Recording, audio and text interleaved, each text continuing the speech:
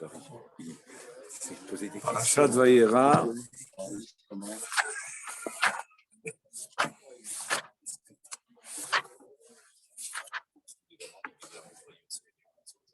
Amoud Kuf Samer. Parashat Vayera, Amoud Kuf Samer.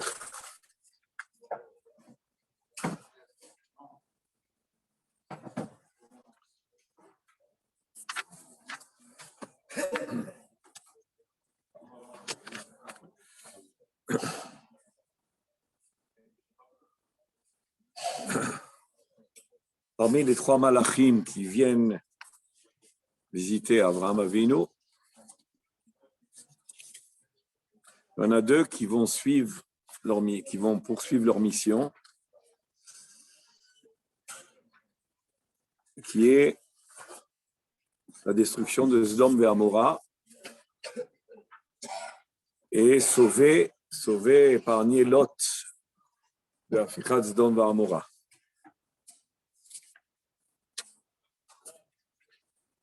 Et donc, a priori,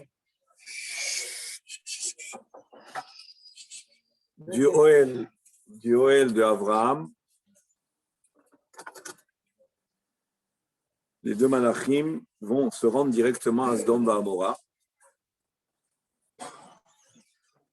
Et Lot donc va les recevoir, va insister pour les recevoir, comme on le sait. Et entre-temps, entre l'arrivée, a priori, jusqu'à que les malachim arrivent, en tous les cas, ce n'est pas une affaire de temps, c'est une affaire de programme divin, car Kadosh Baruch Hu se manifeste et se dévoile à Avraham Avinu. D'ailleurs, c'est la première fois que dans toute la Torah, depuis Parashat Lech Lecha, qu'on entend des louanges et la considération de Kadosh Baruch Hu par rapport à Avraham Avinu, qui est da'ativ, למען אשר יצווה את בניו ואת ביתו אחריו ושמרו דרך אדוני לעשות צדקה ומשפט למען אבי אדוני לאברהם את אשר דיבר עליו. Chose qui aurait dû se faire au début à Lech Lecha, comme c'est fait chez Noach.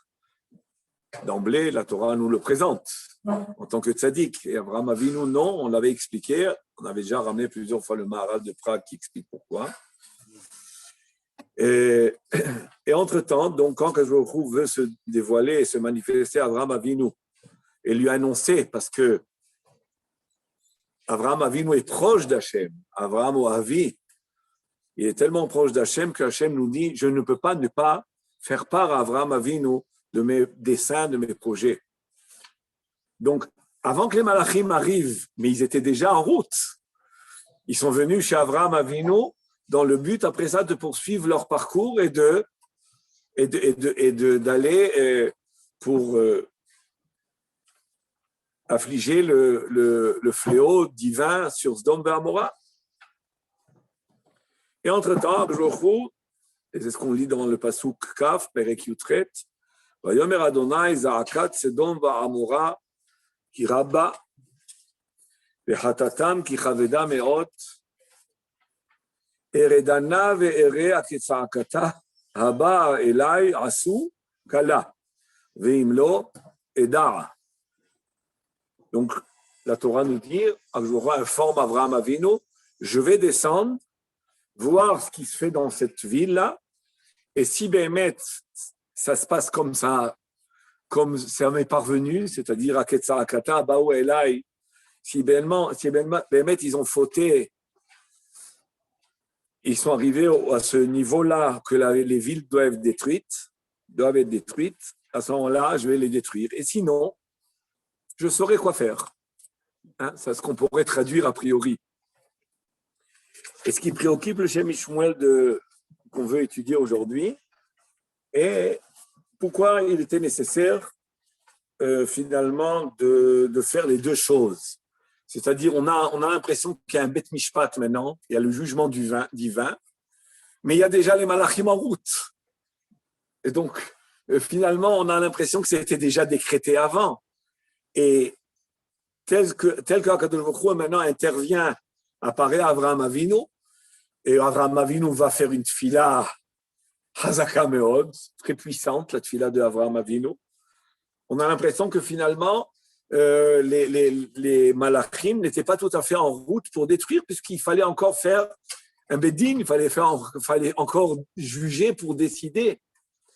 Alors, on va voir ce que le Shem Shmuel nous propose pour réponse à ça. Erdana, je lis, donc, vous voyez la page Kouf Samer 160. Eredana ve'er'ea kitza'akata haba elai asuk alav im lo eda. Yesh legdagdek. Lama nishlechu hamalachim od terem nigmar dinam. Pourquoi les malachim, ils ont été envoyés avant que le din finalement ait été décrété, avant qu'il y ait le verdict? Et les malachim, un malach, sa mission, sa fonction, c'est la réalisation d'une mission.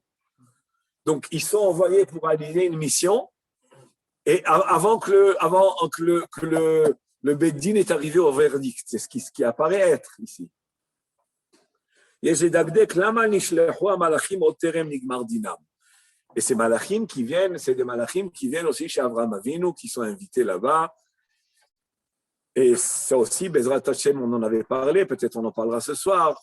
Quel est le rapport entre toutes ces missions? Parce qu'on annoncer, guérir Avraham et annoncer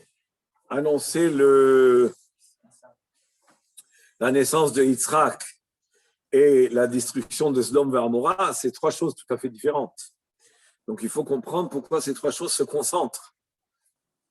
Ces trois missions se sont concentrées. Au rabat, David.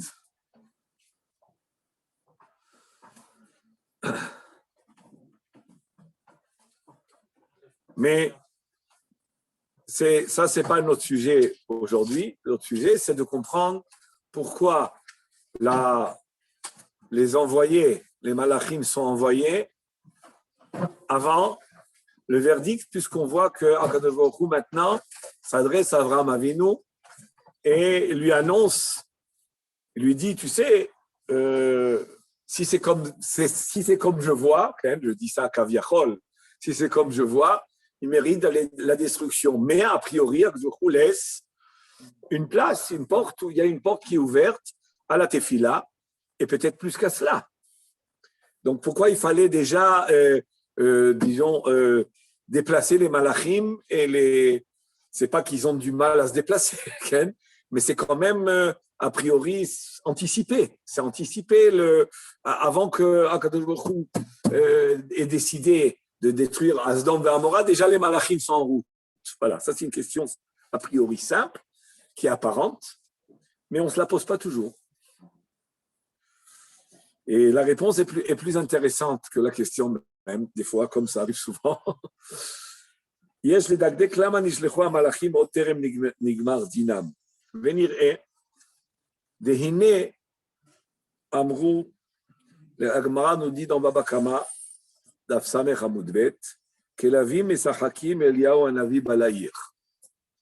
C'est une Gemara qui parle là-bas dans Baba Kama, on parle de Chas v'Shalom, d'une contamination, d'une peste. La Gemara parle de déver, de peste, et comment on doit se comporter quand il y a une peste, où on marche, quand on est dans la rue, on marche sur les côtés, on marche au milieu de la rue, et il y a des oraot. On voit que même quand il y a Chas v'Shalom, Hashem Yishmerenu, ou des magéphot, et des fléaux de ce genre, c'est pas que la Gemara ne nous dit pas, écoutez, c'est pas la peine de mettre le masque, c'est pas la peine de rien faire. On voit que la Gemara nous dit non, quand il y a une peste, tu marches pas au milieu de la rue, tu marches sur les côtés. De là, j'apprends le principe que il y a des consignes quoi faire. C'est pas il y a des consignes qui sont des consignes là-bas, évidemment d'ordre peut-être plus spirituel, plus que médical, mais c'est quand même des consignes. Pourquoi pas te dire, écoute, aie confiance en Hachem. Il va, non, il y a, quand Chas v'Shalom, il y a un din, eh ben, il y a Il y a, si vous voulez, des horaot, des consignes, comment se comporter dans ces situations de... Alors, après ça, la Gemara, elle parle, Rabbi Mordechai, là, il y a la place ici aussi, là, Bechavot, Yaakov.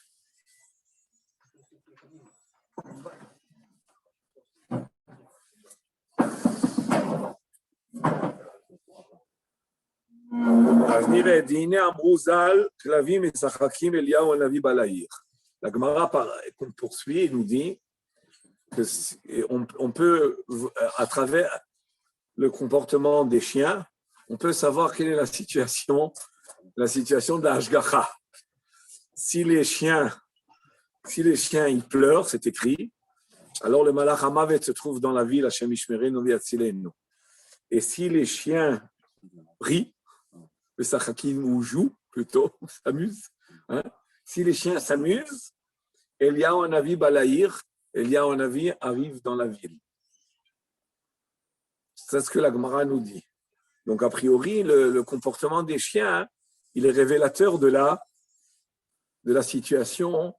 Et quel est le rapport de la Hashgacha avec nous? Si c'est une Hashgacha positive qui est l'arrivée d'Eliyahu Hanavi qui nous annonce la venue du Mashiach, ou alors c'est Chas v'Shalom l'inverse. Ça veut dire quoi les chiens? Je regarde des chiens pour savoir quelle est la situation. Ben oui, tu regardes les chiens parce que les chiens, ils sentent. Les animaux, hein. On y arrive. Les chiens sentent la spiritualité. Abba Shama qui arrive dans cette ville. Donc, tout ça, il introduit pour répondre à sa question. Mais on sait très souvent que les introductions, des fois, sont longues. Des fois, il y a tout un cheminement jusqu'à qu'on arrive à avoir le rapport entre la question et la réponse. Alors, il nous ramène donc cette Gemara de Baba Kama. Il faut comprendre Madoua lo nimtzet argasha zo bevnei adam. Be'etzem, pourquoi les hommes qui a priori sont dotés de plus d'une intuition spirituelle plus grande que les animaux, a priori. Hein? Pourquoi non? Pourquoi les hommes ne ressentent pas?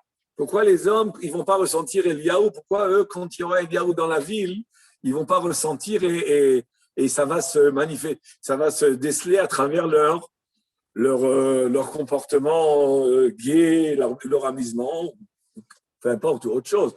Ou même sans ça, comment ça se fait que l'homme ne le ressent pas, tout simplement? Pourquoi l'homme ne le ressent pas?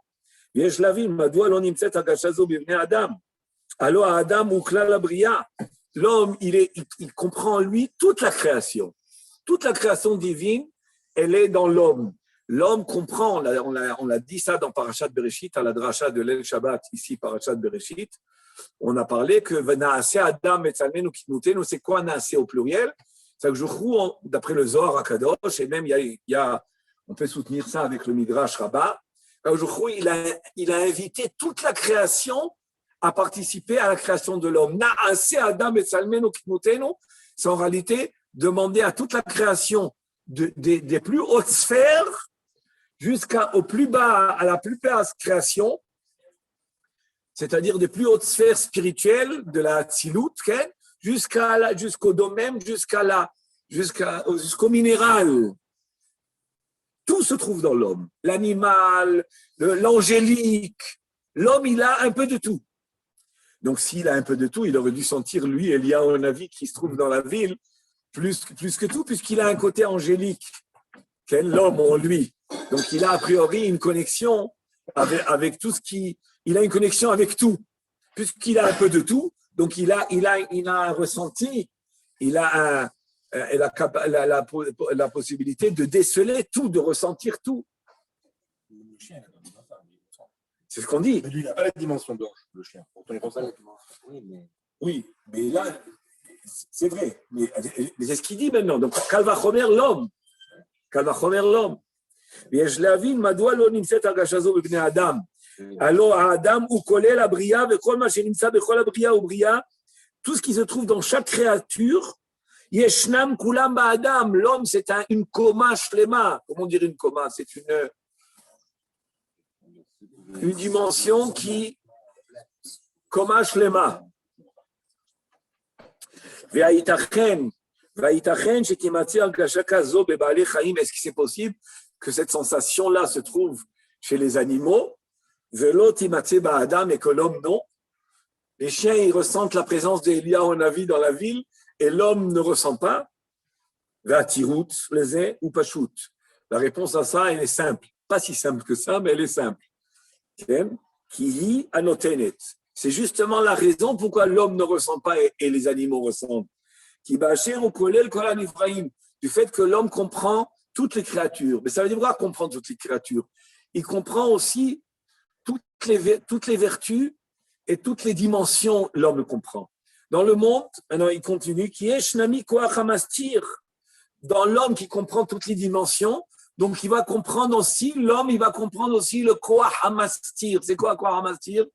La force de cacher, la force de dissimuler. C'est quoi? Pas seulement les secrets. Quand Jochou, il a créé le monde, toute la création du monde se fait par rapport au Tzimtzum. Il a dû se rétracter. Il a dû se cacher. Si le Ensof, Baruch restait dévoilé, rien ne pourrait prendre place dans le monde. Rien ne peut. Donc, tout le stade de la création, c'est d'installer ces dimensions de rétraction et de dissimulation. De dissimulation. Installer la dissimulation. Maintenant, c'est des forces qu'Arjochou il a installées dans la création. Et si dans l'homme il y a tout, il y a même cette force de dissimuler et de cacher. Donc, l'homme, il a aussi en lui la dimension de quoi? Que des choses se dévoilent à lui, mais que les choses aussi se cachent. Et alors que le chien il n'a pas toutes ces dimensions-là. Qui va acher ou coller le kolan Ibrahim, yesh bonami koach hamastir, il y a en l'homme la force de cacher et de dissimuler. Ve'eno domé le ba'alei chaim, l'homme ne ressemble pas aux animaux prati, à un ba'al chai prati, c'est-à-dire particulier, she'efshar shiye bo koach ze ve'lo ze, c'est-à-dire les animaux peuvent avoir une force bien déterminée et pas une autre. Mais l'homme, lui, il a tout. Donc, il a aussi le pouvoir de cacher ou que les choses soient cachées à lui. Ken. Il a la force de pouvoir percevoir. Ouais. Mais d'un autre côté, il y a des forces contraires qui peuvent empêcher. Exactement. Tu as bien dit. Tu as dit les choses d'une manière concise et... C'est-à-dire que si l'homme pouvait voir ce que les animaux voient, parce que voilà, faculté, il aurait perdu le libre arbitre. Ça, c'est la Gemara de Brachot. Oui, le libre arbitre. Mais ça, c'est la... Ouais. Il a aussi la capacité de perception s'il veut chercher. Oui. Comme un avis, comme un prophète, ou comme il y a des gens ils ont un particulier très aigu dans ce sens. Ça, la Gemara de Brachot dit que si l'homme il pouvait voir tout, alors il ne pourrait pas vivre. Parce que... Alors, mais là, le Shem Ishmael ne rentre pas trop dans ce raisonnement-là. Il va plutôt dans le raisonnement de dire que l'homme, je crois, a créé. Bon, je pense que ça se rejoint.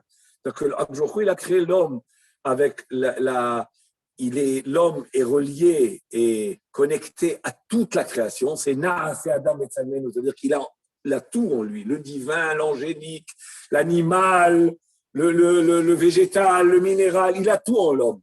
Donc l'homme, finalement, il a une capacité de se connecter avec le tout. Mais d'un autre côté, puisque Gakjochou, il a créé dans le monde aussi le Koach Hamastir, c'est-à-dire la possibilité ou la force de dissimuler les choses et de cacher les choses. Donc c'est une force aussi qui est partie de l'homme. Donc Gakjochou, il a installé dans l'homme aussi une force de ne pas savoir aussi. Et alors que le chien, par exemple, il n'a pas cette force obligatoirement de cacher les choses. Donc, quand Eliyahu Hanavi arrive dans la ville, comme nous dit la Gemara dans Baba Kama, le chien, il ressent, alors que l'homme ne va pas ressentir. Pourquoi? Parce que l'homme, aussi bien, il peut ressentir il peut ressentir mieux que l'animal, mais il a aussi en lui le mangenon, le système de cacher d'être caché aussi.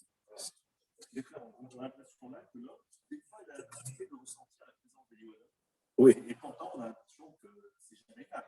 Jamais on ressent qu'il va se passer quelque chose, qu'il va se passer un malheur ou qu'il va se passer quelque chose de bien.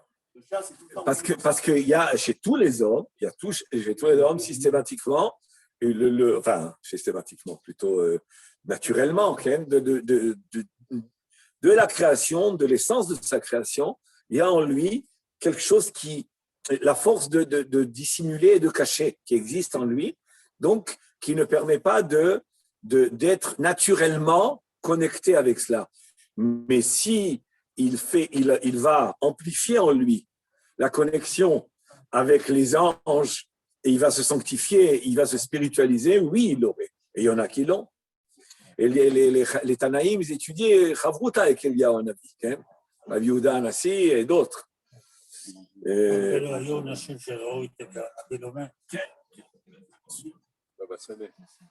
Aval Adam Ba'asher ou Metsuraf. On va toucher un peu ce point-là par la suite.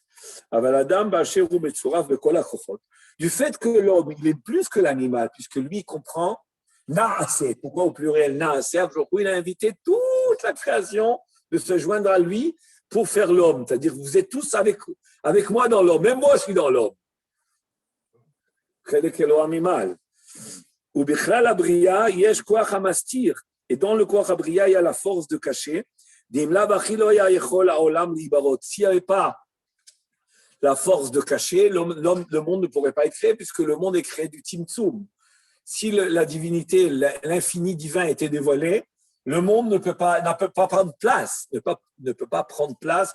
Et quand je dis place, ce n'est pas simplement géographique ou dans la dimension du temps, mais c'est aussi à tous les niveaux. Il ne pourrait pas avoir de place, c'est-à-dire il n'y a pas de Metsiout, il n'y a pas de Metsiout Bichlal, même pas une Metsiout spirituelle à autre chose que Hachem, même une Metsiout spirituelle. Il n'y a pas d'ange. Avant la création du monde, il n'y avait pas d'ange. Il n'y avait même pas les sphirotes. Même les sphirotes, il n'y a pas. Parce que Akadosh ici, il est infini, rien de limité qui a un rapport avec une limite ne peut exister. Donc, pour créer le monde, la chose première qu'il fallait installer, c'est un chidouche. C'est quoi le chidouche de la création du monde? C'est la limite. Lui, il est illimité, et le plus grand chidouche de la création, c'est la limite. En réalité, c'est ce que je dis, ce qui est évident à dire. C'est que nous, on a toujours tendance à croire que le miracle, il est surnaturel, et la nature, elle est naturelle. Mais c'est l'inverse.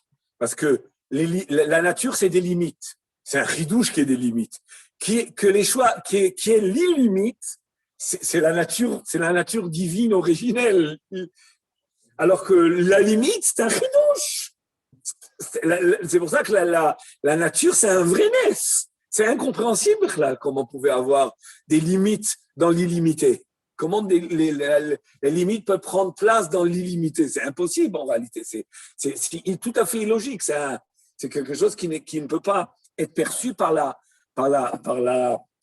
perception humaine. Alors je continue. Le Koach HaMastir, il ne pouvait pas exister. Alken, Al-Kochar Yachol Liot, et je reprends, ou Bichlal Abriya Yesh Koach HaMastir, s'il n'y avait pas de Koach HaMastir, le monde ne pourrait pas être créé, le monde aurait été annulé dans c'est-à-dire l'existence n'aurait pas eu lieu. Alken Yachol Liot, Shebal Chaim Pratim, Yargishu Beruchaniut, Mashen Adam Margish, parce qu'il y a dans l'homme le Koach HaMastir. On avait déjà ramené par ailleurs la Gemara dans Masechet Psachim Kof Yutchet. Qu'est-ce que la Gemara nous dit là? דרש רבי שמעון השילוני, בשעה שהפיל נבוכדנצר הרשע את חנניה, מישאל ועזריה לתוך כבשן האש. Quand Nebuchadnezzar a fait tomber Hanania, Michel, Vazaria dans la Kivshan Haesh, puisqu'ils ont enfreint l'ordre de Nebuchadnezzar de se prosterner devant cette fameuse statue qu'il a montée, qu'il a construite, qui était en réalité, qu'il avait vue en rêve, mais dans le rêve, c'était plutôt l'histoire de l'humanité, et les Ovdei Avodah Zara n'arrivent pas à ne pas concrétiser les choses. Alors, il en a fait de ça une statue, et il a ordonné à tout le monde, quand il y aurait une leçon de musique, de se prosterner. Et voilà que Hanania, Michel, Vazaria ne veulent pas se prosterner. Et il avait donc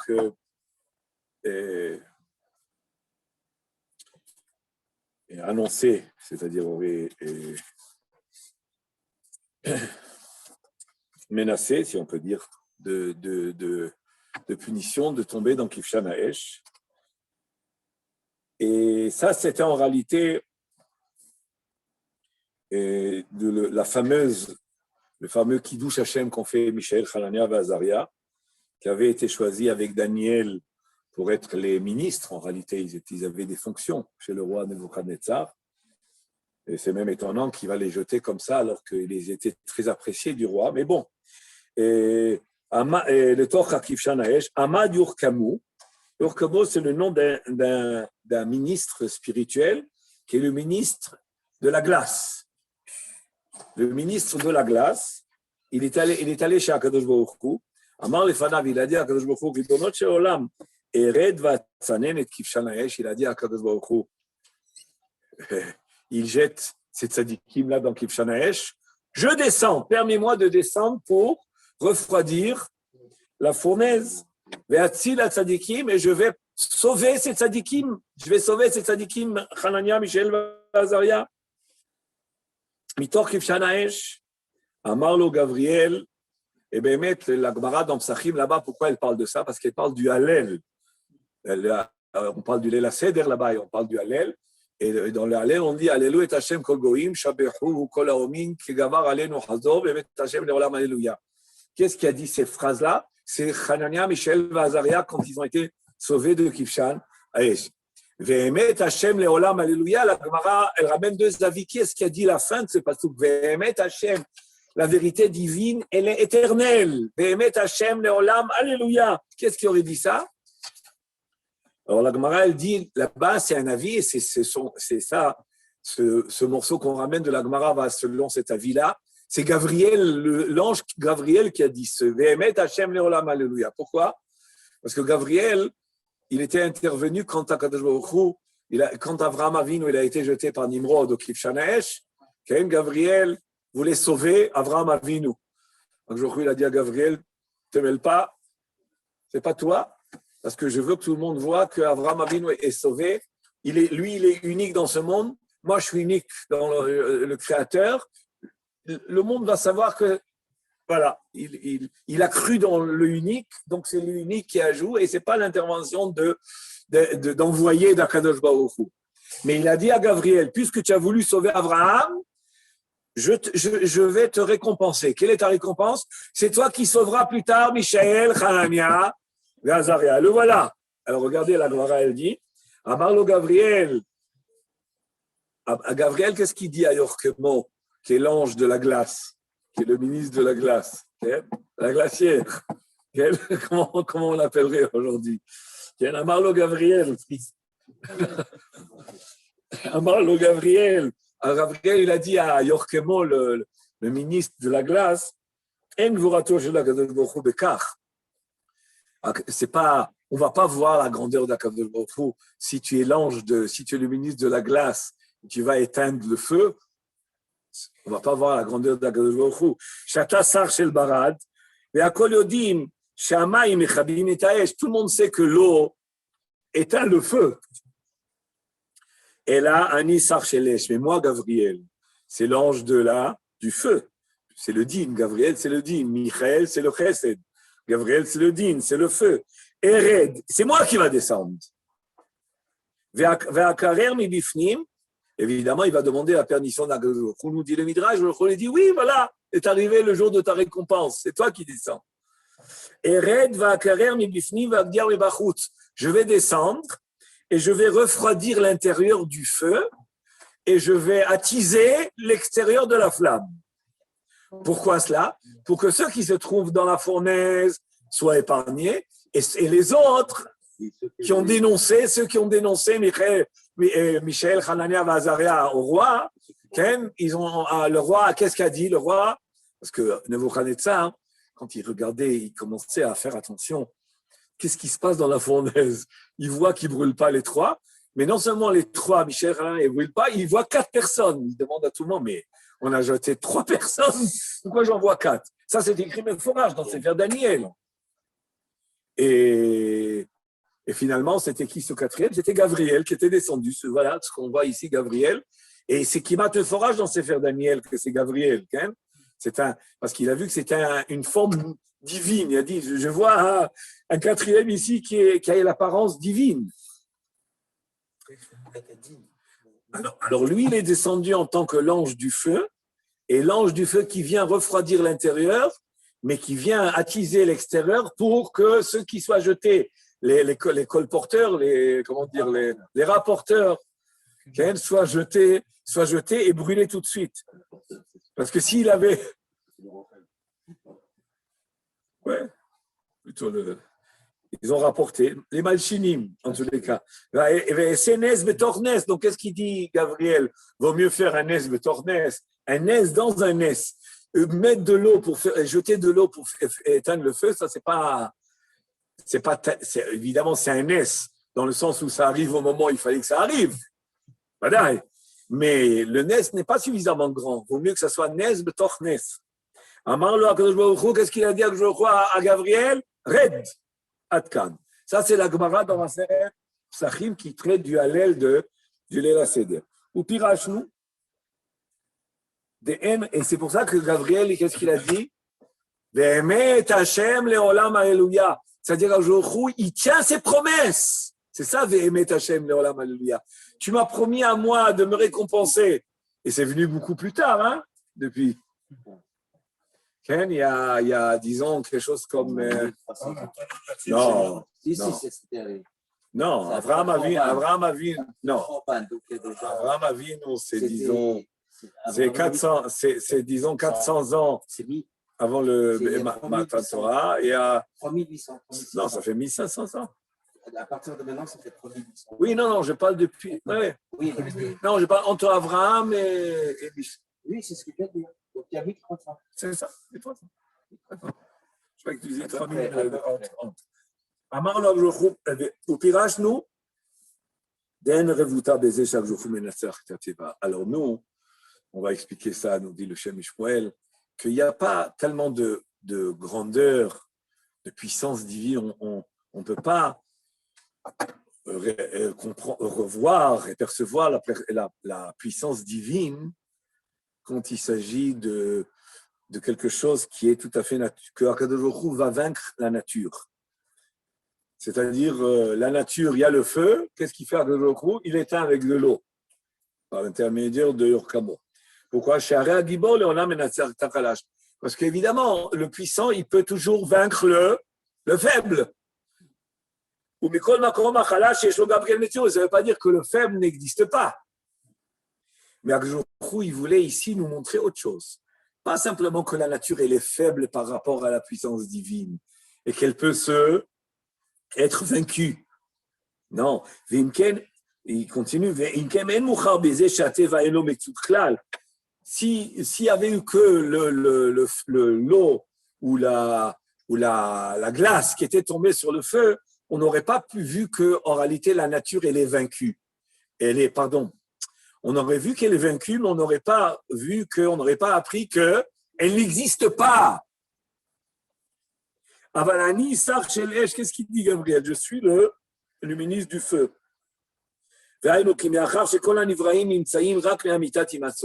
Toutes les créatures dans le monde n'existent que Me'amitat Imatso. C'est quoi Amitat Imatso? c'est de la vérité de sa création. L'existence divine, c'est ça qui donne, en réalité, qui donne existence à tout. Et s'il n'y a pas d'existence divine, il ne peut pas avoir d'existence de quoi que ce soit. Donc, en réalité, rien n'a d'existence propre. Ça, c'est le pshat du Midrash. Maintenant, on rentre, le pshat de la Gemara. Maintenant, on rentre aussi dedans. Car il veut faire un nes qui prouve que la nature n'existe pas. C'est que la nature, c'est quelque chose qui nous apparaît à nous exister. Mais en réalité, n'a pas d'existence absolue. Le seul qui a existence absolue, c'est Hashem Yitbarach. Tout le reste n'existe que par sa volonté et parce qu'il existe. Donc, rien d'autre que lui n'a d'existence propre. C'est évident. C'est même le Rambam le dit, c'est Ikarei Emouna. Simplement, là, il exprime d'une manière un peu très forte. Il dit qu'il m'a achar, c'est quoi la nouvelle Libken Aya Bedin, qu'il a yé bechol et ateva lifol shum peula. A priori, si la nature n'existe que par la volonté divine, la nature ne pourrait rien en réalité elle-même faire. Ne pouvait pas agir, la nature ne pourrait pas agir. Kol shu neged ressent Hashem Yitbarach, si ce n'est pas par la volonté divine. Et là, chez Ekoach, Esther Amastir, Bifne Ateva, Hachi Chachev, les Briades d'Ifred. Et Agjochou, quand il a créé le monde, il a tellement caché sa face, il a tellement caché son dévoilement, qu'il a donné il a tellement caché qu'on a l'impression que la nature est là, une force et un pouvoir, même nous contre Hachem. Ben, bien sûr, puisqu'un homme, quand il faute, il utilise la nature. Si quelqu'un, Chas v'Shalom, tue un autre, c'était pas la volonté divine qu'il soit tué, et pourtant, tu as utilisé la nature des choses qui fait que quand on plante un couteau, Chas v'Shalom, quelqu'un meurt. Donc on voit que Jochou, il a laissé place, et en réalité, c'est une illusion de croire que la nature peut aller contre Hachem. N'existe pas, c'est qu'elle n'existe pas par elle-même. Oui, c'est ce qu'on a dit. On a dit. D'elle-même, elle n'existe pas. On a dit, qu'est-ce qu'on a dit là? J'ai dit qu'elle n'avait pas d'existence absolue. Et la chez quoi Esther, c'est ça la force du Esther, Amastir, Bifne Ateva, Achi Chachev, le Brian Ifredet. Elle est comme si elle avait une existence indépendante. Aval, c'est Sar chez l'Eshored, mais quand le Sar, c'est-à-dire le ministre du feu, qui est Gabriel, descend, Yored Shama, là-bas, Nistalek a Esther Betzadma, Veshuv eno yachol, Ateva lifol neged reson Hashem Yitbarach, Lo ha'esh lisrof, lo ha'mayim ladbia. Qu'est-ce qu'il vient faire, Gabriel, ici, maintenant?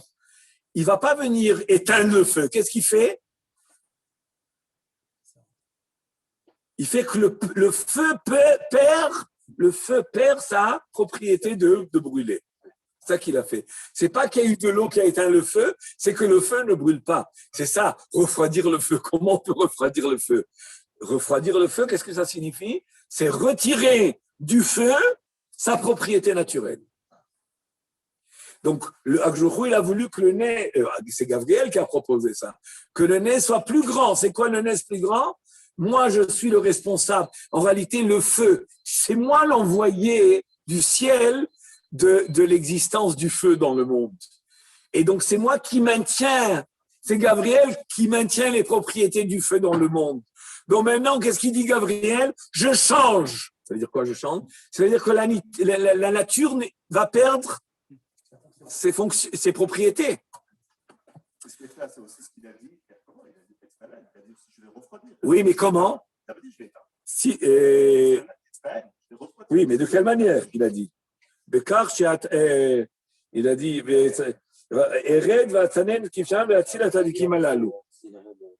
regarde ce qu'il lui répond. Regarde ce qu'il lui répond, Gabriel. Tu vois ce qu'il lui dit? Donc, il a bien compris, Gabriel, comment Yorkemon voulait procéder.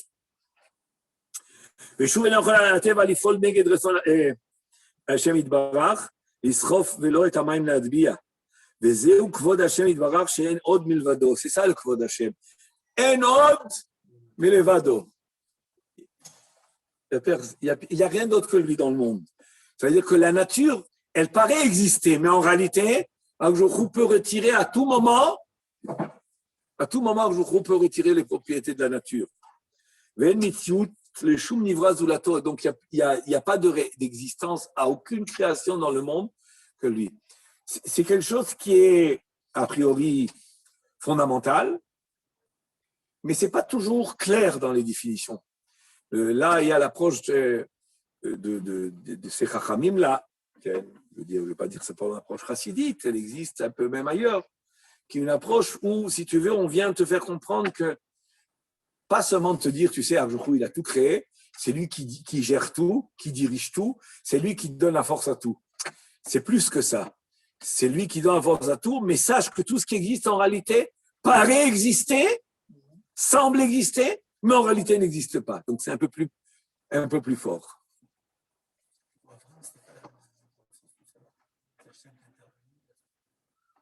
S'il y a eu cette démonstration par rapport à la nature. Il n'y a pas eu cette démonstration parce que Akadosh Baruch Hu ne voulait pas laisser place à l'association de quoi que ce soit, même pas d'une force qui détruit la nature. En second lieu. En second lieu. Valder Herzé, je continue. Maintenant, il va expliquer le pasouk et après ça, il va répondre à la question parce qu'on n'a pas. Quelle est notre question à nous? Quelle est notre question? Notre question est pourquoi les anges ont avancé à la réalisation de la mission de détruire Sodome et Amora alors qu'on voit qu'Akjouchou n'a pas encore décrété, il n'y a pas eu encore le verdict, tout ce qui va s'adresser. Les malachim sont déjà en route. Ken et Akjouchou s'adresse à Abraham Avinu, lui dit, tu sais, je vais détruire Sodome et Amora, qu'est-ce que tu en penses? Amchasé animé Abraham et Asher Aniosé, etc. Valder Herzé Yesh Lefaresh nous dit, on va expliquer ce passouk. Valder Herzé Yesh Lefaresh dina shel Sdom. Quel était le din de Sdom? Shebezeh atzmo shebaou hamalachim lisdom ne'esa birur dinam. Par le fait que les malachim sont venus à Sdom, c'est ça en réalité, c'est la venue des malachim à Sdom qui va permettre birur dinam. C'est quoi birur dinam? C'est élucider la chose. Okay? C'est le bon mot? Yaakov. Élucider. Éclaircir, en réalité, quel est le din d'Anchez Sdom. Ça veut dire que les malachim ici, ils ne sont pas en route, comme on aurait pu comprendre, que pour réaliser la mission de détruire Sdom et Amora. Non, ils sont en route pour autre chose. Avant de détruire, ils sont en route pour autre chose. De quoi?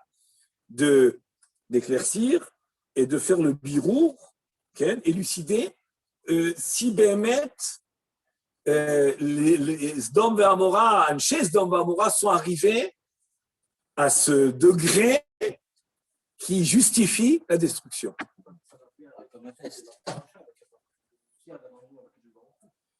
Oui, mais nous, on veut comprendre pourquoi les malachim ont avancé là-bas. Pourquoi ils... Oui, mais alors on se demande pourquoi il fallait déclarer que les malachim déjà soient en route. C'est ça notre question. Okay. C'est pas une autre mission, ça. Hein? C'est pas une autre mission. Non, c'est pas une autre mission. Non, on va expliquer. C'est pas tout à fait une mission en réalité. C'est pas tout à fait une mission. C'est comme la présence d'Elia ou Hanavi dans la ville, la présence des anges dans la ville qui va entraîner quelque chose.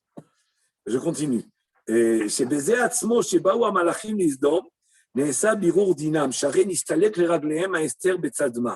Le fait que des anges apparaissent dans la ville, Ken, pourquoi il va se faire le birour? Va être éclairé quel est le din?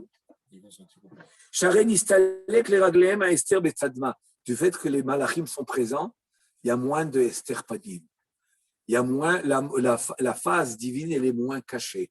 C'est des anges, c'est de la divinité, c'est une prolongation de la divinité, une manifestation de la divinité. Donc, il y a une lueur divine qui s'installe dans la ville. leur présence installe une lueur divine dans la ville. Qui va le ressentir? Et on y arrive, on y arrive. Sharen nistalek le ragleim à Esther, c'est-à-dire c'est éloigné, nistalek le ragleim. Alors au pied des anges va se retirer un petit peu le Esther betzadma, relativement ou partiellement. Hein? Betzadma, ça veut dire relativement, ou un petit peu proportionnellement. Non, pas proportionnellement, plutôt partiellement. Hein? V'im od lo igiu letachlit hakilkul.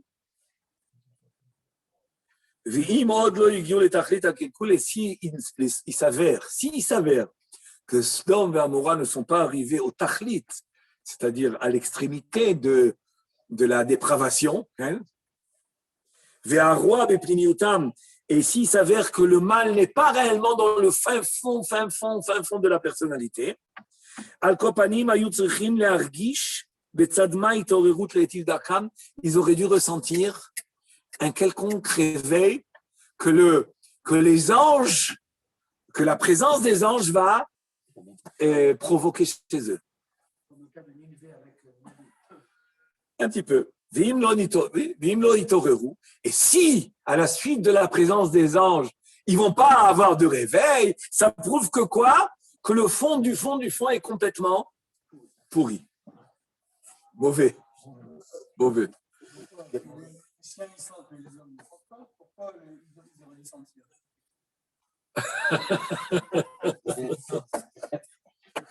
C'est affreux. Oui, c'est On est au début. Oui, on y arrive. Mais votre question, elle montre que Baruch Hashem, on suit bien. Les Chaverim demandent, mais les Chaverim ils disent, mais on a supposé plus haut, on a hypothésé, on en a mis en hypothèse que quoi? Que les chiens ressentent, mais les hommes ne ressentent pas. Donc pourquoi on supposerait que les Anches d'hommes à Amora allaient ressentir la présence des anges? Bon.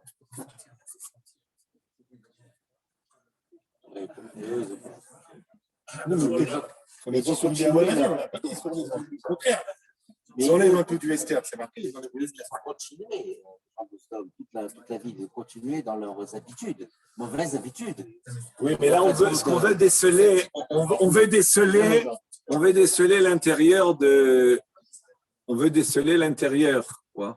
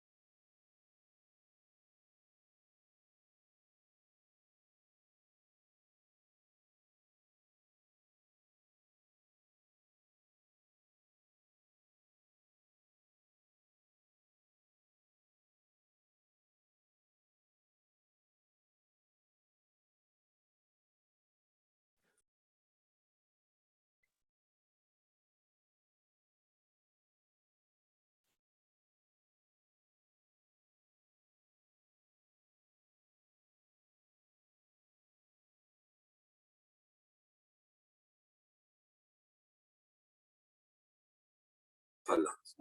Est-ce qu'on voit, on entend? Même si. Et maintenant, Très bien. oui. Très bien. Très bien. טוב, alors je continue. ועל כל פנים היו צריכים להרגיש בצד מה התעוררות להיטיב דרכם, ils auraient dû ressentir quelque chose qui va les réveiller à améliorer leur voix, leur comportement.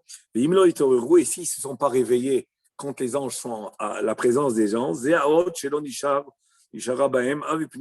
ça prouve que il reste rien en eux,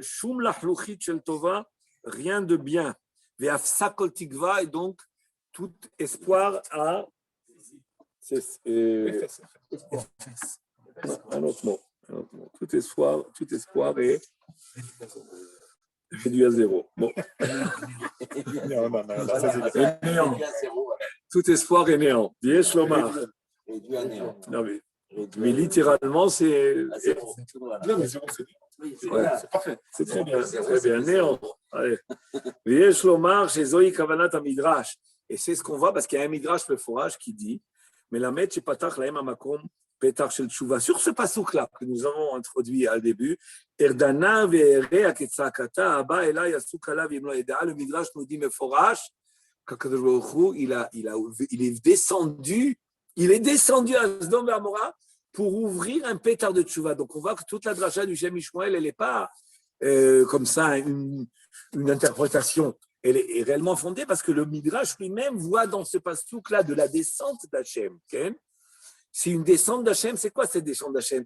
C'est comme si Akdosh Baruch Hu se rapproche. Vous savez, Akdosh Baruch Hu se rapproche pour créer un rapprochement de l'homme à lui. C'est pas je descends pour juger seulement ou pour la sanction. Hein? La chaîne aussi. Akdosh Baruch Hu descend en réalité et cette descente peut avoir deux conséquences. Ou le réveil, ou la distraction. Comme c'est écrit à la fin des temps, qu'est-ce qu'il fera quand arrivera le Yom Hadin Agadol? Il va sortir le soleil de son étui. Okay? On va sortir le soleil, et le même soleil qui va briller, okay? Il va guérir les tzadikim et brûler les réchaïm. Le même soleil. C'est hein? Okay?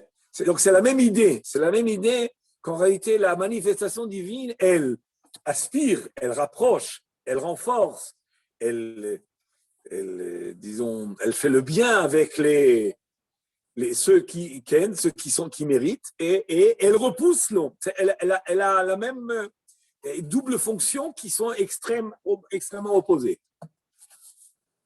Donc, quand on dit Erdana ve'er'e aketzakata, le Midrash nous dit, si je dis le Lachon, Amar Rabbi Abba bar Kahana melamed shepatach lahem hamakom petach shel tshuva sheneemar Erdana ve'er'e.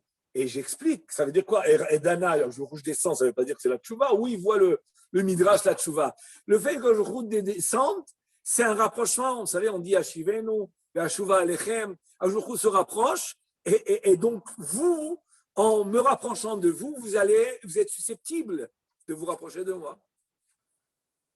Mais si ça ne marche pas, ça veut dire que vous êtes trop loin. Et à ce moment-là, la manifestation divine va agir dans l'inverse. Elle va, chas v'shalom, détruire. Yesh lomar chez Zoï kavanat midrash, mais la med shepatach lahem hamakom petach shel tshuva ki niftach lahem hapetach shel Esther. Akadosh Baruch Hu, en descendant, a enlevé un petit peu le Esther. C'est quoi le Esther? Le voile. Maintenant, il va expliquer. Maintenant, il va expliquer le passouk qu'on a introduit, sans encore tout à fait répondre à la question. Il va expliquer le passouk de cette manière-là. Kemin chomer, ça veut dire une sorte de peut-être cause à effet. Je ne sais pas si c'est le bon mot à utiliser, mais regardez. Il s'explique le Shem Ishmael. Erdana ve'er'e. Je vais descendre et je vais voir. Haïnou, chez Shaliach, chez la dame, c'est qui Erdana ve'er'e? Maintenant, ce qu'on a dit, on peut expliquer tout simplement le Erdana ve'er'e, c'est les anges eux-mêmes. C'est les anges eux-mêmes. Je descends, c'est quoi je descends? C'est pas qu'il y a eu deux choses. Nous, au début, c'était notre question. Tu descends, tu vas juger et tu envoies les anges. Pourquoi tu as déjà envoyé les anges? Non, je descends. Mais de quelle manière elle se fait ma descente vers la ville? Par l'intervention des des anges. C'est ça elle-même ma descente. Erdana verre ainu sheshaliach shel adam, shlucho shel adam kemoto. Ou biridat ashluchim shama en descendant là-bas, kaviachol yarat shama, qui comme si le jour était descendu puisque shlucho shel adam kemoto. Ou baiser im ketzaakata ba elai asu. Si Bémet il s'avère que ils ont fait du mal au point que le cri de la ville monte chez moi dans le sens de mal, quand même, de méchanceté. Si Bémet, c'est comme ils ont fait le mal, Az Abba Elai Kvar Elai Asu, Av Lachar Ayirida, Kala, Ainu Shekaita Mehem Kola Lachluchit. Ça veut dire, Aïno, kvar haraot chasu, az, abba, kvar elai, même le mal qui a été fait déjà avant, asu aflachar erida. Donc, erdana vere, aketzaakata abba elai, c'est quoi la tzaka qu'il y avait avant que je descende? Est-ce qu'elle est toujours là? Et si elle est toujours là, c'est-à-dire si le mal qu'il faisait est toujours là après que je suis descendu, erdana, je descends maintenant, et je vais voir aketzaakata, le cri qui était parvenu avant que je descende, est-ce qu'il est toujours là? Abba est là, on peut dire même que maintenant c'est le présent. Et là, Ksakata, Abba est là, Asu.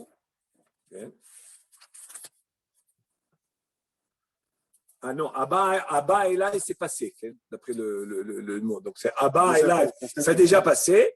Si le cri qui était, c'est-à-dire le mal de la ville, qui était est toujours présent, malgré ma descente, malgré Erdana,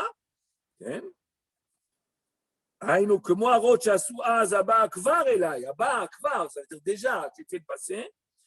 Asu, c'est quoi Asu? Le mot assou, il se rapporte à après ma descente.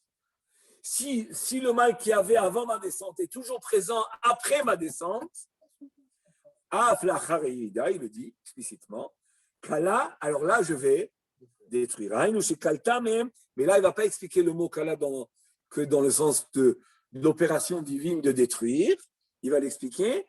Kalta mehem kol achluchit. Kala, ce n'est pas dans le sens de moi je détruis, et dans le sens que eux ils sont détruits, ou dans le sens que il ne reste plus rien. Kala, en réalité c'est terminé, c'est finir. Le mot kala c'est finir, c'est-à-dire qu'il ne reste plus rien de bon chez eux, il ne reste plus du bien chez eux. Aketsakata Abba Elai Asu, ça veut dire quoi? Si ce qu'il y avait c'est toujours, alors ça prouve que kala, c'est quoi kala? Qu'il ne reste plus rien de positif chez eux. Vimlo yasula char yerida. Mais si après ma yerida, si après quand je descend, vimlo yasu, qui est écrit par la suite, vimlo, ça veut dire quoi vimlo? Si leur comportement d'après ma descente n'est pas comme celui d'avant, c'est quoi Eda? Je saurais quoi faire, c'est-à-dire je vais aller dans le sens d'épargner, en tous les cas, partiellement, Yesh Tigva, qui adain Yesh Tigva. On continue. Au fur et à mesure, Yesh Lomar. Et d'après ce qu'on vient d'expliquer, on peut comprendre maintenant chez Lot, qu'est-ce qui se passe avec Lot dans tout ça? Dans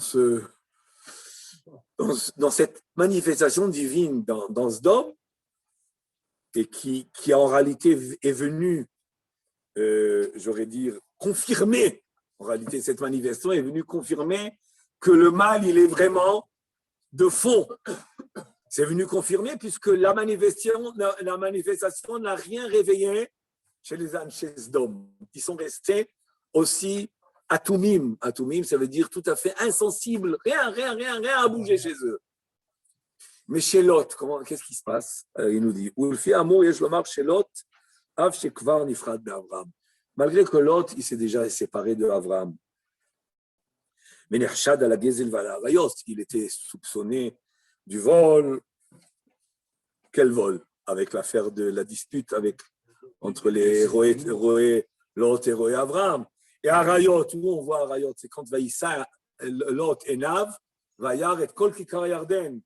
Il a contemplé. C'est quoi contempler? Nous dit Rashi, c'est la camarade dans Maseret Sota qui dit c'est quoi contempler? C'est qu'il a été attiré par la perversion qu'il y avait à Sdom et Amora au niveau Arayot. Et c'est pour ça que la Gemara elle dit sur place, et Rashi le ramène dans la paracha. Comment ça se fait que ces filles finalement, elles Kavanatam Leshem Shamaim. Mais comment ça se fait que ça arrive à un père une chose pareille? C'est quand même terrible. La Gemara elle dit que quelqu'un qui est laout, achar boulmou chez la Arayot, c'est-à-dire un homme qui est passionné par les Arayot et qui ça va entraîner Ma'achilim otomi besaro, on lui donnera à manger, entre guillemets, de sa chair. Ouais, l'autre. Donc ça veut dire que c'est vrai que l'autre, il était à nous s'il a bu du vin. Donc il n'avait pas avec la deuxième, il n'a pas fait attention. Il n'était pas prudent avec la deuxième. Mais il est quand même béonès. Il est béonès. Mais il faut savoir, c'est trilato bezadron besofro béonès.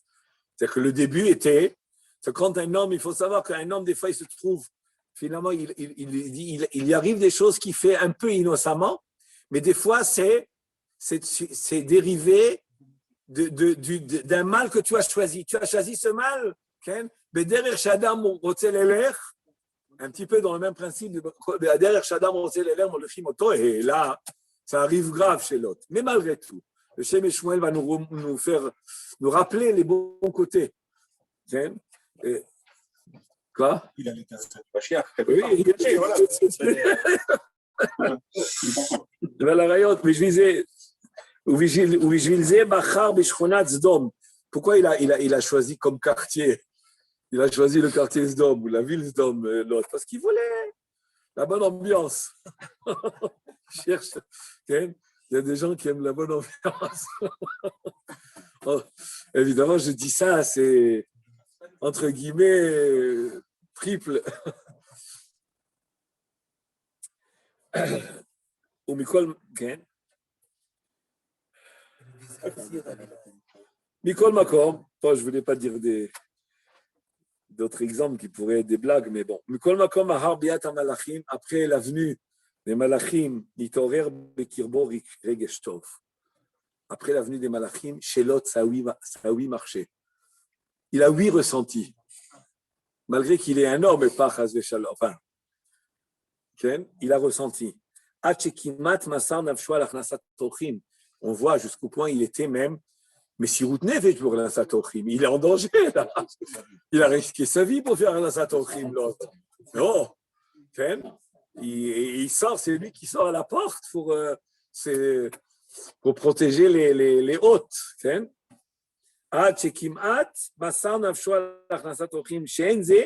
une mida de tzadikim des shlemim. Les Rashi Piresh, Nibet Avraham Lamad Larzor al-Ochim. Rashi il explique d'où c'est ce comportement de Lot vis-à-vis des invités, d'où il a appris de Avraham Avinu. Et il était quand même avec Avraham Avinu, il a appris quelque chose quand même. Hein? Vadaï, mais le Shem Shmuel dit Vadaï no mouvan, har shekol ele asa, benifrad me Avraham, mais tu t'es séparé d'Avraham et tu en avais marre. Il avait marre des orthodoxes. Il en avait marre des. Enfin, j'aime pas ce mot-là, hein, en réalité. Je l'aime pas du tout, je peux pas l'entendre. Mais disons que je dis ça pour rigoler un petit peu. C'est-à-dire, il en avait marre des hommes, des étouffants. Quand même. Mais c'est pas étouffant. Avraham Avinu, c'est la douceur, c'est le chesed, c'est la divinité. C'est délicieux en réalité. Mais pour quelqu'un comme Lot, c'est un peu lourd. Mais en réalité, c'est devenu lourd, comme j'ai expliqué dans la dracha la semaine dernière, c'est devenu lourd qu'après qu'ils sont revenus d'Égypte. Avant ça, il va avec Abraham, Lech Lecha, il participe au premier Nisayon de Lech Lecha, Eret Israël. Il y a la famine, il descend. Il ne dénonce pas Abraham avec la malle de Sarah, etc. Et quand on revient de l'Égypte, ça y est, sa tête, elle a tourné. Et on a expliqué qu'Avraham Avinu, c'était une épreuve pour les deux. Avraham Avinu, c'était une épreuve pour grandir. Comment il a grandi avec l'Égypte? Parce qu'Avraham Avinu, qui était l'homme du Sechel, l'homme de l'esprit. Quand on arrive en Égypte, qui est le centre culturel académique du monde, centre académique culturel théologique et sorcellerie et idéologie, etc., mais du mondial, hein, c'est intéressant. Alors Abraham Avinu, vous savez qu'un homme comme Abraham Avinu d'esprit, c'est intéressant pour lui, ces choses-là. C'est intéressant. Il y a la curiosité intellectuelle quand même. Il est suffisamment grand, Abraham Avinu, pour avoir une curiosité intellectuelle. Et qu'est-ce qu'il a fait en Égypte? Intégrité. Il a pris toute la curiosité intellectuelle qu'il pouvait avoir, qui est très très forte. Vous ne pouvez pas imaginer. C'est pas moi qui le dis, c'est le Zohar qui le dit. Et il a jeté. Il en a fait. Il n'en a pas du tout. C'est pas laissé du tout aller à aucune réflexion idéologique, théologique de quoi que ce soit. Et là-bas, ils avaient des méthodes et toutes sortes de comment on a dit, c'est vraiment de la science. C'est vraiment la polytechnique. C'est vraiment polytechnique. Avraham Avinu, c'est intéressant pour lui. Eh ben non. Parce que la Babylonie, c'est moyen hein, au niveau culturel. Hein? C'est pas. Il y a le bac de Paris, il y a le bac de la province. C'est moyen. Non, c'est moyen. C'est moyen, Babylonie. Bon, c'est n'importe quoi. Enfin, c'est médiocre au niveau culturel. Alors que l'Égypte, c'était très haut. Avraham Avinu n'a pas tenu compte. Bitoul el Hashem. Son sechel, il a luné son sechel à Hashem. Il n'a pas laissé un instant sa réflexion s'évader. Rien. Alors que l'autre, quand il arrive là-bas, qu'est-ce que ça fait l'Égypte? Les mœurs, etc. Ça réveillait en lui des choses qu'il avait mis de côté. Avraham Avinu, il n'a pas mis de côté seulement. Avraham Avinu, mais l'autre, il a mis de côté. Quand il arrive en Égypte, Matzah min et mino.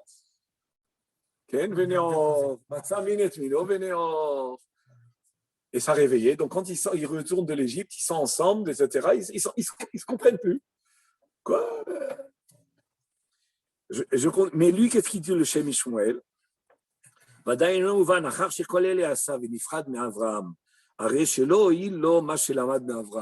priori, il s'est séparé d'Abraham, donc finalement, il a abandonné tout l'enseignement d'Abraham, a priori, il a abandonné. Donc, l'explication de Rashi, elle paraît être insuffisante. Il a appris d'Abraham Avinu. D'accord, mais il a quitté Abraham Avinu. Il a voulu le quitter, Abraham Avinu. Donc, a priori, il a renoncé un petit peu à tous les enseignements d'Abraham Avinu. Mais non, d'après ce qu'on est en train de dire, si quand les anges arrivent, ils se réveillent, ça veut dire qu'en réalité, il y avait quelque chose de bon à l'intérieur qui s'est réveillé. Sharin Ishmat David Amelech Aïtabo, comme dit le Midrash, Meforaj, le Midrash Rabban nous dit, Matzati David Avdi Beshemen Kochi Meshartiv. J'ai trouvé, nous dit Teilim. Qu'est-ce que nous dit Teilim? J'ai trouvé David, mon serviteur. Et le Midrash demande, c'est quoi? J'ai trouvé. Trouvé. Ça veut dire quoi? Il a trouvé à Kadosh Baruch Hu David. Explique le Midrash. Echan Matzaoto. Le Midrash pose comme question. Est-ce que David, il a trouvé David? Mais qu'est-ce que répond le Midrash? Il a trouvé Asdom. Alors, je crois qu'il a trouvé David Amelech Asdom. C'est-à-dire, chez qui? Chez Ruth, qui est descendante de Lot. Donc, il a trouvé David Amelech chez Lot. Mais ça veut dire quoi? Il a trouvé chez Lot. Il a trouvé Asdom, ça veut dire qu'en réalité, la Neshama de David Amelech était enfouie dans l'intériorité de Lot. Et elle va apparaître plus tard. Et Tabo Adain, Aval Lo il lo shietiv maaseav, כמו שלא הועילו לעשיו כל הנשמות הקדושות שהיו תמונות בפנימיותו. Mais cette neshama qui avait en Lot, elle ne l'a pas aidé. Elle était tellement enfouie qu'elle était atouma, elle était stouma, elle était scellée, hein, on va dire comme ça. Elle était scellée en lui. Donc, elle n'avait pas d'influence sur sa personnalité. Comme il nous dit, comme Esav. Esav, qu'est-ce qu'il a dans sa tête? La neshama de Antoninos, la neshama de peut-être d'Onkelos, la neshama du Navi Ovadia, qui était d'Eredomi, et de tellement de tzadikim, des Nevi'im. Il a en lui, dans la tête, Edom, Esav. Mais ces neshamot-là, quand elles étaient affrontées à une carapace de mal, elles n'ont pas réussi à franchir, elles n'ont pas réussi à livkoa, comment dire, à percer, n'ont pas percé. Mais, achar shebaou amalachim, vous comprenez de là qu'un homme peut avoir une neshama très grande, mais s'il a des couvertures, des couches autour de cette neshama dure de mal, elle peut être complètement étouffée à l'intérieur et ne pas avoir aucune manifestation.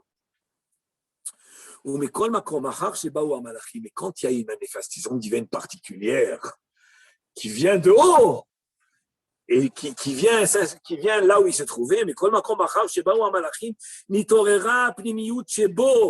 c'est réveillé la pnimiyut de l'autre.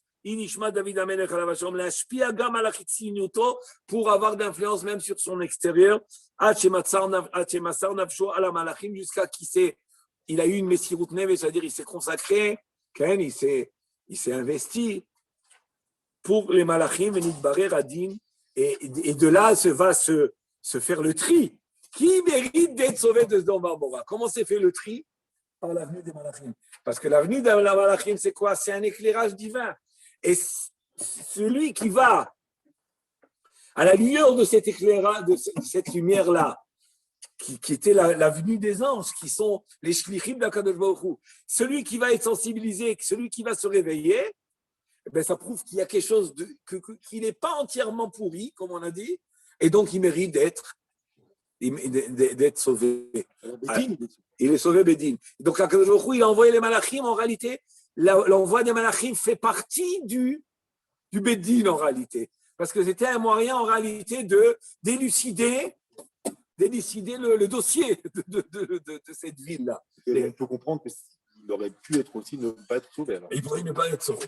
Maintenant, la question de Roni, quand même, comment ça se fait qu'ils ont ressenti une manifestation? On n'a jamais dit qu'un homme ne peut pas ressentir une manifestation du tout divine. On n'a pas dit ça. On a dit qu'un homme peut ressentir. Mais ce qu'il a voulu dire le Shem Yishmael, c'est qu'on voit que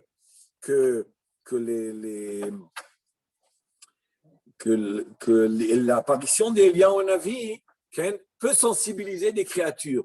Alors, il a posé la question, comment ça se fait que les animaux, oui, peuvent avoir le ressenti et les hommes, non? Alors, ça aurait dû être que l'homme, systématiquement, oui, alors non, pas systématiquement. Pourquoi? Parce qu'il y a un couard Hamastir. Mais c'est certain que si Akadosh Baruch Hu se dévoile, il peut avoir évidemment un ressenti chez l'homme. Peut-être, je vais le dire, ce ressenti, il va être un ressenti, si tu veux, qui ne va pas être conscient. Il va simplement se sentir, ce n'est pas obligatoirement conscient. D'ailleurs, si on passe à Shabbat, regardez, où le fit à Amour, il reste plus que le petit morceau là. Pour l'autre, au moins, c'est pas conscient. Ouais. C'est pas sûr, c'est pas. Oui, mais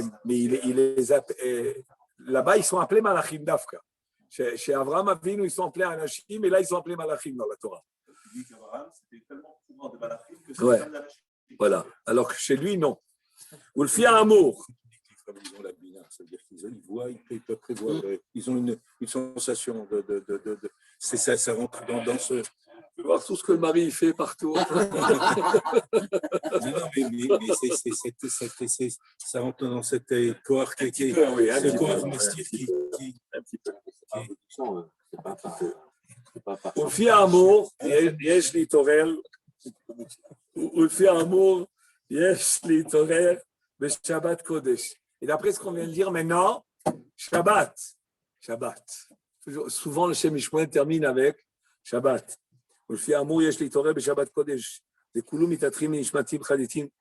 En principe, tous on devrait ressentir Shabbat un réveil, puisqu'il y a une manifestation divine très forte d'ailleurs. Si un homme dans son fond, il est bien, il tout juif qui dans son fond est sûrement bon, ça rire la guise déjà Shabbat, il doit sentir la Gdusha de Shabbat. Hein? C'est pas la Tova qui doit être marquée. Les Vadaï Tova, ça doit être marqué, non? Le Gdusha de Shabbat, non? Pas comme ça? Je pense pas, non. Chez Kol Ish mi Israël, chez Pnimiuto Bevadaï Tova, sa Pnimiut est sûrement bonne. Ça rire la guise Bigdusha de Shabbat. Ou mitam ze afilu Amaret. C'est pour ça que même à Amaret, Emat Shabbat alav, même le Amaretz, il a la crainte de Shabbat. Même Amaretz, qui n'est pas érudit, qui n'étudie pas, qui n'est pas toujours le plus médagdek de mitzvot, lui, il va ressentir, il a une crainte de Shabbat. C'est pour ça qu'il ne ment pas le Shabbat. Le Amaretz, il ne ment pas le Shabbat. Hein? Pourquoi il ne ment pas? C'est la Gemara qui dit, parce qu'il a Emat Shabbat alav. Mais chacun, le Shabbat, ça va être un moyen de se découvrir soi-même. Quel est notre niveau d'intériorité? Si on ressent naturellement le Shabbat comme ça, une Kidusha, à ce moment-là, ça veut dire qu'on a une bonne intériorité. Donc le Shabbat, c'est un jour qui est de révélateur. Un jour qui est de révélateur. Selon et proportionnellement à le réveil qu'un homme il a Shabbat, telle est sa situation. Parce que le Shabbat, le Esther, le voile est retiré. Comme j'ai entendu de mon père à Pirouche, Vaïchal Elohim Bayom Hashvi. C'est quoi Vaïchal Elohim? Il a terminé. Qui est Elohim ou Shem Atzimtzum. C'est quoi le Elohim? C'est le Shem du Din, c'est Tzimtzum. Ve Elohim et Gimatria Teva. Ou le Shabbat Nichla Tzimtzum. Et le Shabbat se termine le Tzimtzum. Il y a le dévoilement divin. Vaïchal Metargem Eshetse. Et c'est quoi le Tirboum de Onkelos de Vaïchal? C'est le Eshetse, c'est quoi? Terminé. Ou se finit. Ça veut dire quoi Vaïchal Elohim? C'est-à-dire la dimension Elohim qui est Teva est terminé. Vaïchal Elohim, Bayom Hashvi, Shabbat, la dimension, c'est un beau pérouge ça. Vaïchal Elohim, c'est quoi Vaïchal Elohim? C'est pas Akjouchou, il a terminé. Chaz de Shalom, le Elohim est terminé. C'est-à-dire la dimension Elohim qui est le Teva, elle est terminée. Parce que Shabbat, c'est tout, c'est les Malamea Teva, c'est entièrement dévoilement. Shabbat, Nichla Tzimtzum. Un homme qui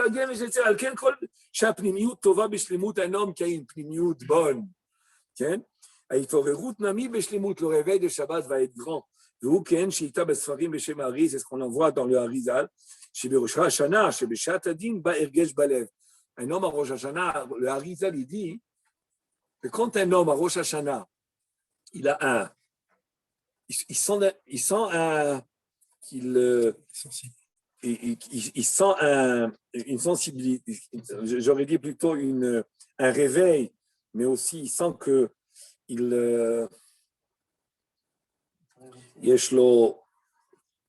là-bas, le Shem Ishmael, le Harizal parle en réalité quand un homme d'un seul coup, il pleure à Rosh Hashanah.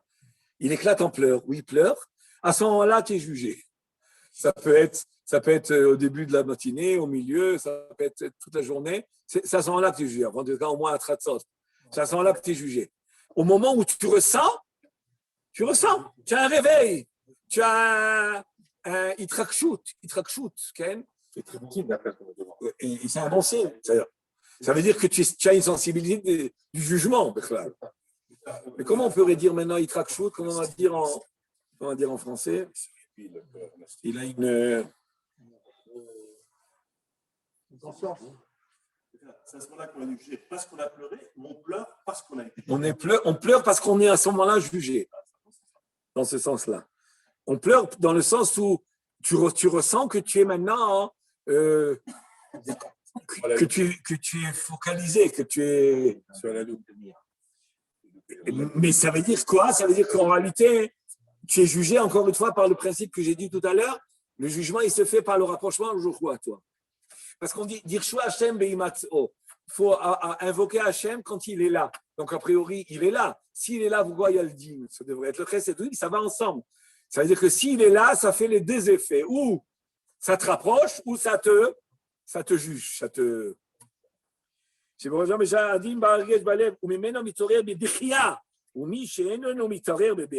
Ça, c'est les mots du Hari, ça.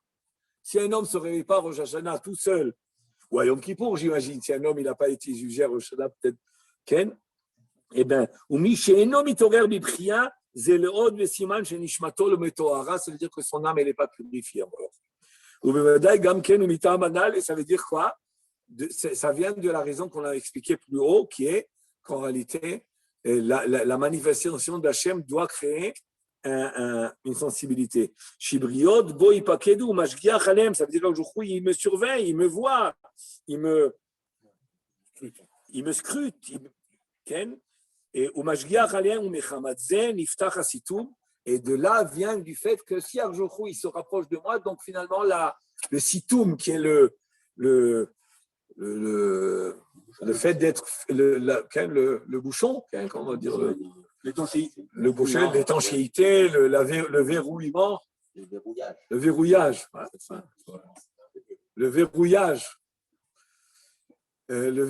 est ouvert, il s'ouvre. Alors voilà, on a appris dans ce Mahamar du Shem Ishmael que la manifestation divine est source de réveil et un homme doit profiter des occasions, c'est à Shabbat, au moment des tfilot, au moment de l'étude, au moment des mitzvot, c'est des moments de manifestation, de dévoilement divin. Donc dans tous ces moments-là, il faut espérer être sensible. Shabbat shalom à tout le monde.